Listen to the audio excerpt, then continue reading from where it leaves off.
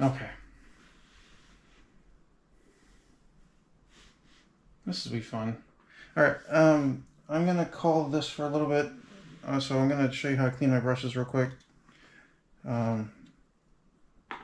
Just because it was from the first video and it's not part of the series. So I didn't get my soap out. I did not get my soap out. Great.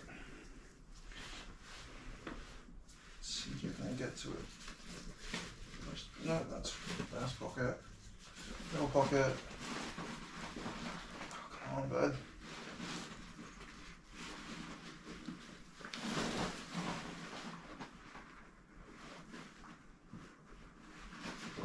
There it is. Okay, there's one. Okay, I'll grab the clips one out here.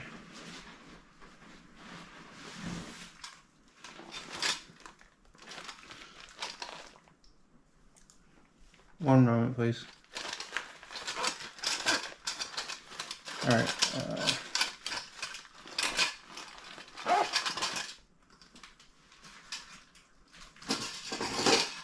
Oops. So I don't know if you can see this, if it's in view or not. These are 3-inch bowl clips. I use them to secure things.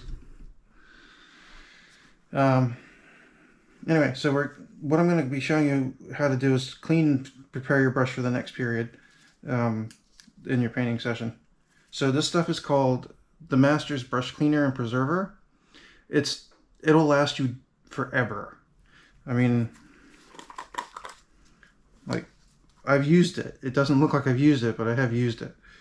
Okay, so first thing you do is you go to your water tank where you have your wastewater.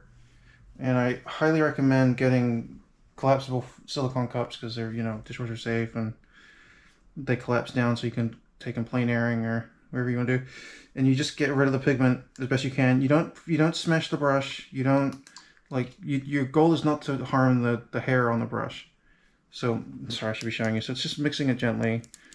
The same way you'd scramble an egg in a frying pan. And then you can see in there, if it's focusing, that there's still pigment. So this is when you pull out your sorry, your what's it called? Paper towel. Yep. So I'll work some more. So paper towel, and you just squeeze from the bottom and gently twist it and shape it the way you want. And then you check, and if it's just see-through and wet, then you're good. But you always make sure to clean the sheath too. Alright, so it's technically clean, but what you want to do now, because you're anal retentive like I am, is take some water from your water dropper. I really do use a water dropper. You don't need much. I'll say 3 for this. And that's in a different silicone cup. It's pure water. Then you just scrub it in there gently. I have no idea what I can see here. So you just scrub it in there gently, and you'll see it gets kind of thick. And then you take some more fresh water, and you just wash it out. Same scrambled egg move. You're scraping along the bottom of the pan gently. You're not whisking the egg. You're scraping the bottom of the pan gently. And then you take your paper towel again, and it's the same motion. You clean is it a pommel? I can't remember what that's the brush, by the way. I don't know if you can see that. 9024 Pro Art round 5/0. It's lasted 20 years, and you have to get the shape you want at the tip because it'll dry like that. So mine's curling because it's just getting old. But you can get it sharp and straight while still giving a point by I'm sorry if this doesn't zoom in for you. If it doesn't, you can just use your fingers, twist it gently, and you have to find it's got a what's it called? Grain, or like a grain of fur, and then you'll take your paper towel, and you'll just get rid of the water from the soap, so it won't drip, because you might as well get rid of the pigment in there. All right, so that's how to clean your brush with the. Sorry, let me just 1 moment. How to clean your brush with the Masters Brush Cleaner and Preserver. It's basically fantastic stuff. It's cheap. It lasts forever. You can divvy it up between you and your friends and put it in a little case and go for days, well, years. It's basically just really nice saddle soap. Yeah. So the last thing I do before I finish cleaning up, and I make sure that my brushes are, after I've made sure that my other brush is clean, because I use it as a dry brush. Let me just clean it out real quick. Okay, all the shaders clean still. Great. Okay. So I'm just, this is the Zero Vienna shader. It might be 0mm. Where did I buy this? I don't know, but I've never taken the tag off. It's like at least a decade old and I've never taken the tag off. I don't know. You can get these everywhere. And then the other brush I'm going to use for detailing, which if you can tell is a little messed up looking, is because I've had to trim it because they get a bit frayed, is this Detail Connoisseur 10/0 6641 shader from Japan. And they use them on like you know, like models and doing fine motor movements, but it adds a lot of depth to painting over time. So those are the 3 brushes for this project, and then I'll show you my paints real quick so you can see what I've got.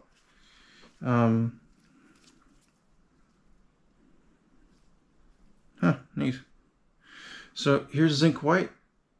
It's got a good amount of glazing. Not glazing, sorry, opacity. These are opacities and glazing ratings and things, so the higher the number, the sorry, I'm having trouble concentrating. The higher the number, the more opaque it is, and if it's good for glazing, I think it's the number of pluses on there. So yeah, that's zinc white. And then we have Mars Black. I think this is Vermilion Red. And Yellow Ochre. Yeah. That's all you need to get started with the Zorn palette. It makes 2, 3, 4, 5, 6, 7, 8, 9, 10, 11, 12, 1, 2, 4, 6, 8, 10, at least 120 colors if you mix it. But I've used red and blue and white with my dropper method, and I had a palette of over 1,000 colors just using drops of paint in the same style to make a paint chart, which I can show you how to do later. But so I'm going to talk about this. So once you figure, you'll know what this is by the end of it, or at least part of what it is, because it's not a whole thing. It's just I want to do a light study, and I happen to have a clear case laying around, so it's a case study, right? But yeah, it's just sitting there waiting for me to use it. So at the end of this, if you know what it is, let me know. Anyway, yeah. Oh, the next part. So this is my palette. It's not very, you know, great because it shouldn't leak here, but I put it in a stupid way in my backpack. But what you do if you want it to last a lot longer, so that it doesn't dry out, is you take one of these, just a mister bottle. All right, spray it, and then you just have to go.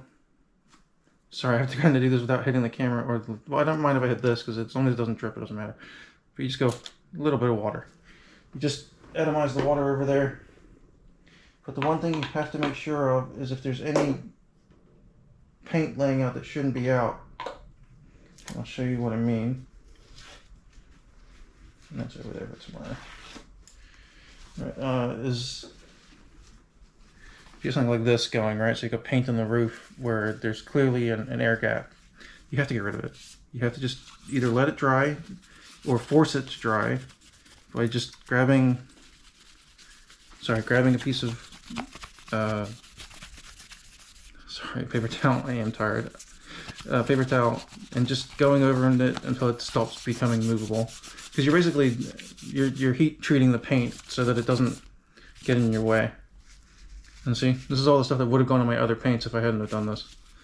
And now it's not perfect. What you should really do is just clean it properly. But the fact that it's happened once means it'll happen again. So this is not a movable palette, this is a lay flat palette. And I can already see why. It's because the walls are, as you can see here, the walls here are lower than the, oops, sorry about that. The walls are here are lower than the top, and there's no need for that. It's just being cheap. I mean, it does make a seal. It does make a seal. And but honestly, it's different. Now I'm gonna try putting it this way because I want to see if this is easier to get open tomorrow. Oh, it's way easier, but it doesn't make a seal. And this way, yeah, it makes a better seal. So a rubber band, like a tight rubber band across here or across here, will make this a lot better. And then I'm gonna cut this thing called a palette sponge, which is basically just it's a very long-lasting sponge that doesn't get moldy very easily. And you spray it with water, and you have this stuff called palette paper, which I will show you right here. Which I have to cut the size, but yeah, it's this stuff. It's just palette paper. You can buy it online in packs of 50 to hundreds of sheets. You don't need a lot. Honestly, if you put I'll show it to you tomorrow. If you put the paint on the palette paper with a slightly damp sponge under it, so that the sponge sticks to the palette paper, you have to make sure you're on the right side. And I don't remember if it's shiny or matte that you put down. I'll have to check. But once you've done that, it'll stay wet for days and days. So you have to remember that it's in there, or else your sponges will go moldy and you'll lose good product. And there's no point in wasting paint when you don't have to, because paint is really expensive. So sorry about that. It's my gloves. Gloves are annoying, but it does stop the smearing. Anyway, I'm gonna have to paint all this out with gesso or something fun in the background later. I don't know. I might start doing graffiti behind it. I don't know. And some bombing. I have no idea. Anyway, I think that's about it for now. So please join me next time on Brush Reboot. I will be continuing this piece until I'm happy with it. And from there, we can learn to paint together again. And if you have any questions or tips or anything you want to learn about, let me know. I'm happy to help. Okay. Have a good time, everybody.